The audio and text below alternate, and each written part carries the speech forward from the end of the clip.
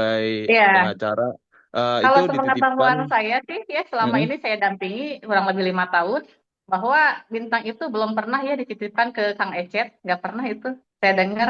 Jadi kalau Bintang bahkan pada saat Kang Teddy di dalam tahanan itu Bintang itu hanya dititipkan di Bu Haji yang di Cianjur atau di mana ya, tidak pernah Bintang dititipkan kepada pihak lain.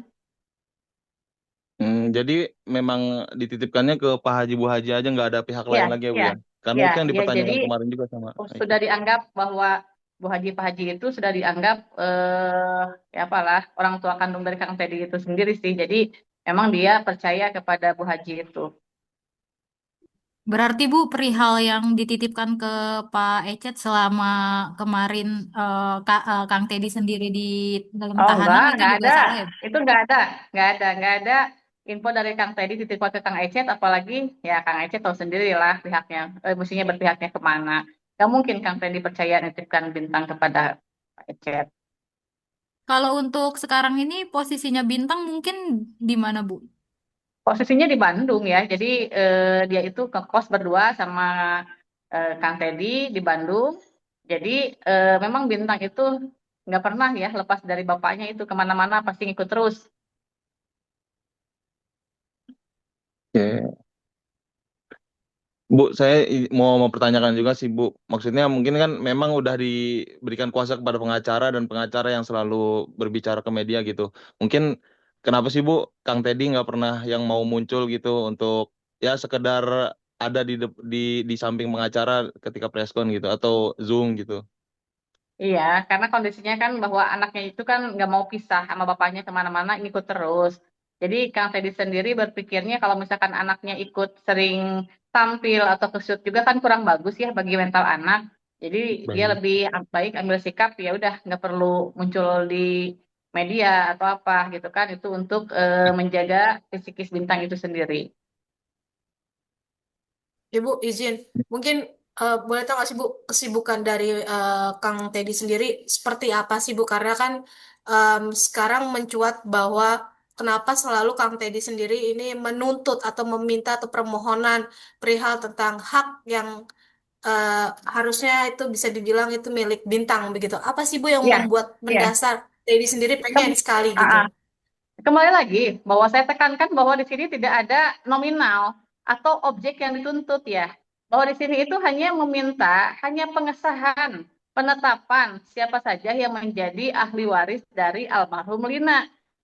Tidak ada apa-apa. Makanya ketika pada saat mediasi kemarin pihak dari termohon membahas mengenai objek warisan, mediator langsung mengkatnya. Kenapa? Karena dari penetapan dan permohonan kami tidak ada tuh membahas terkait objek warisan.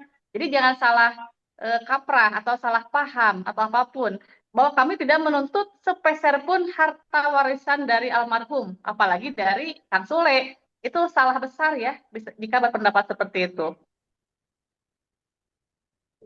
Nah, Nah Bu, Bu, Berarti ini benar-benar cuma untuk penetapan iya, iya. kelak Bintang Sudah di umur saya 17 tunjukkan pada tahun saat sidang memiliki bahwa warisan ya, Bu?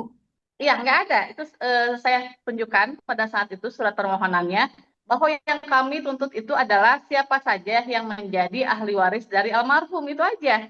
Tidak ada menuntut harta sepeser pun tidak ada. Ibu izin, Eh, kan tadi Ibu bilang mengatakan bahwa hanya meminta untuk seperti eh, untuk ahli warisnya Bu ya. Ya, Tetapi kan kalau penetapan ahli misalkan waris.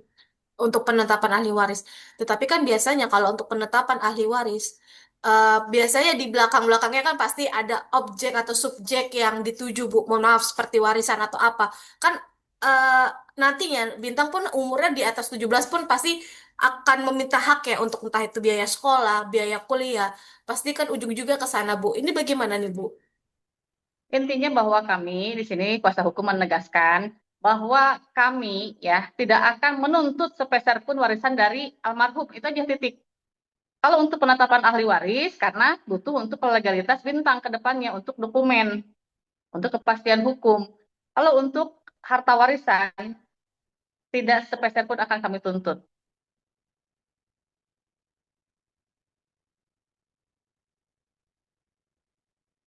Oh, baik, Bu. Ini kan kemarin juga Reski juga sempat meminta perihal tentang apa ya? Balik lagi tadi dia mengatakan bahwa memiliki beberapa aset yang sekarang di tangan Kang Teddy begitu seperti rumah kos, terus ada villa yang di Bandung. Saat dimintai apa ya? Untuk kepindahan kepemilikan yang dimana itu haknya dari Rizky Febian, tetapi ditolak oleh oleh Bang Teddy sendiri, Kang Teddy sendiri.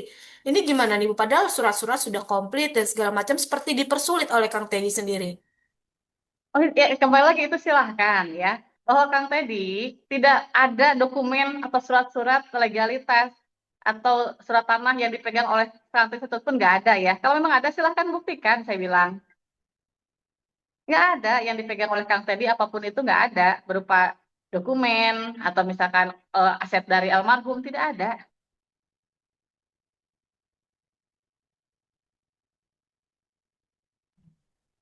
Bu, perihal kemarin Rizky Febian menyebut akan menjamin kehidupan Bintang itu tanpa sebenarnya harus mengurus penetapan hak waris ini gimana, Bu? Ya silahkan, makanya kalau memang Kang Arisy mau bantu Bintang, ya itu kan dari apa kewajiban kakaknya ke adiknya silahkan. Yang pasti gini Mbak, jadi ini kan kadang ada salah paham ya, bahwa kami mengajukan permohonan penetapan ahli waris karena diawali bahwa Rizky pernah mengajukan penetapan juga di PA Cikarang, tapi tidak membawa Bintang sebagai ahli waris itu saja. Makanya kami minta kemarin sempat ketemu mediasi. Yuk kita bersama-sama ngajuin permohonan ahli waris ke pengadilan. Tapi kami tunggu setahun tidak ada kabar. Akhirnya kamilah yang duluan mengajukan penetapan ahli waris. Gitu.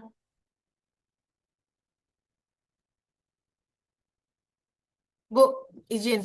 Ini juga kemarin dari Rizky Febian juga ada statement sangat menyayangkan perihal sikap dari Kang Teddy sendiri yang bisa dibilang kok tiba-tiba menempuh jalur hukum tanpa adanya komunikasi, itikat baik, walaupun bisa dibilang kayak kekeluargaan lah keinginan dari Rizky Ya, Febian dan keluarga. ya. A- Kembali Atau lagi saya mungkin dari tekankan, saya sampaikan, di tahun 2024 mereka mengajukan permohonan ahli waris tanpa membawa Bintang dan Kang Teddy sebagai ahli waris, itu kan sama saja bahwa mereka tidak pernah mau melibatkan kami. untuk sistem komunikasi seperti apa sih Bu antara Kang Teddy dengan Rizky Febian sendiri ini selama kasus ini bergulir begitu Bu? Kalau kalau mengenai komunikasi saya yang kurang tahu, yang pasti kalau Kang Teddy sih selama ini komunikasinya dengan Teh Putri, istrinya.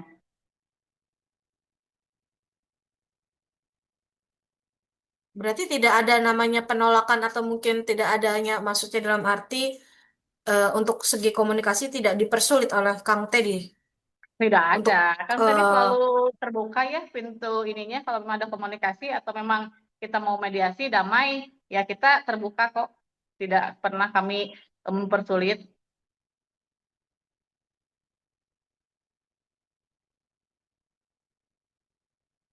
Udah, guys, masih ada yang mau ditanya?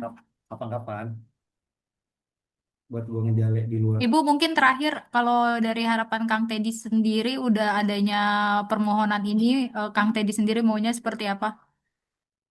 Ya kalau kalau maunya sih tetap ya namanya juga ada hubungan kekerabatan. Ya kita selesaikan baik-baik itu aja sih. Mungkin kemarin pas di pertemuan di persidangan apa ada obrolan antara Kang Teddy sama sama Rizky Febian sendiri, Bu? Kalau kalau untuk lebih detailnya saya kurang tahu karena memang waktu itu kan tertutup dulu ya kuasa hukum nggak bisa masuk. Tapi yang pasti kemarin itu pada kaget karena keterangan dari Rizky katanya sudah ada penetapan ahli waris gitu kan. Terus ketika kami masuk hal itu ditanyakan lagi. Saya sampaikan penetapan ahli waris sampai sekarang tuh nggak ada. Adapun yang diajukan oleh Kang apa Ariski pada saat 2024 di PA Cikarang, waktu itu kan ditolak karena memang tidak ada ahli waris yang lain, kurang pihak waktu itu. Jadi dia pun apa Kang Ariski juga kaget, dipikir waktu itu udah selesai penetapan ahli warisnya, ternyata belum. Oke, ada yang mau nambahin? Kayak aman sih gue mau gitu. Oke.